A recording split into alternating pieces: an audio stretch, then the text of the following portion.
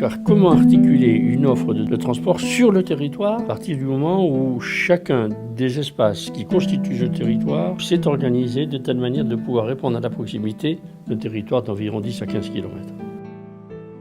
Je préfère me déplacer en voiture dans ces cas-là.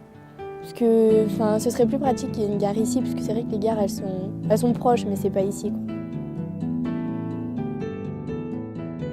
La conséquence logique à partir des gares, c'est le rabattement sur les gares aussi. On a bien vu que nos parkings, maintenant, en l'espace de 4-5 ans, ont complètement explosé. La plus grosse gare routière en milieu rural, ici. Mais par contre, on a des gros soucis, disons, avec des déplacements en journée. Sur le plan des déplacements en général, nous, on est une commune d'abord, chef-lieu de canton, mais qui est très grande. Elle fait 7000 hectares. Ça va, il faudrait discipliner les automobilistes un petit peu, qui se garent un peu n'importe où. Quand on est alerte, je pense que ça va. Peut-être plus interroger les personnes âgées et les mamans qui ont des lampes d'eau. C'est une réelle demande de la population. Plusieurs publics sont concernés. Et en fonction des publics, il y a des modes de transport différents. Après, on a 2 arrêts, nous aussi, dans le village, qui permettent aux gens de la commune de pouvoir utiliser ces lignes-là, qui sont intéressantes, mais la problématique reste quand même la fréquentation. Ce que je souhaiterais vraiment qu'il soit amélioré, c'est le confort des clients au niveau des arrêts. Oui, là, on va arriver par exemple à Saint-Siméon-de-Brécieux, vous avez 2 arrêts qui sont dangereux.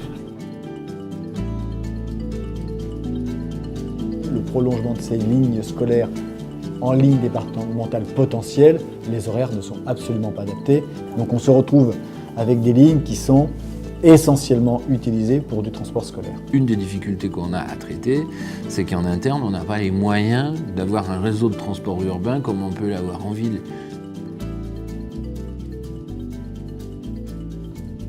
Deux choses aussi qu'il faudra améliorer, c'est les horaires de train et le parking. Parce que quand on veut se garer aussi au parking, il est toujours plein. Il va y avoir des propositions ou des solutions qui soient développées sur le territoire. Il me semble que c'est extrêmement important que Pôle emploi soit dans la boucle pour pouvoir transmettre l'information, être sûr des informations.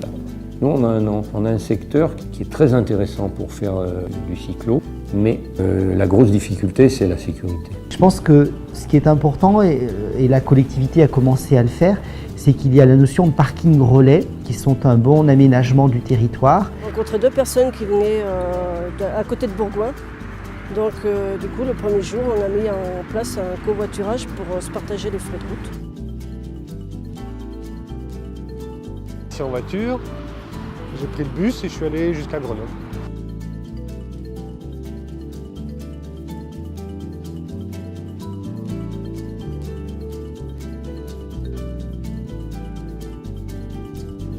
Alors le taco, je l'utilise du lundi au vendredi pour le retour de mon travail.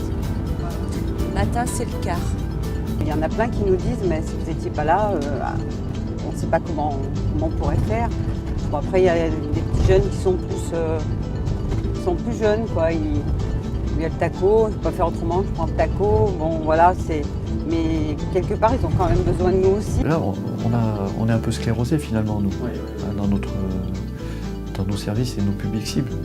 Voilà, on sait qu'il y a d'autres choses. Il y a d'autres publics, il y a d'autres personnes, il y a d'autres besoins, il y a d'autres services qui pourraient se mettre en place. Là, on a un gros effort à faire. Mais si on va jusqu'au bout de notre logique, le premier de nos travaux sera la communication. Mais la communication avant d'avoir mis en œuvre le dispositif de service.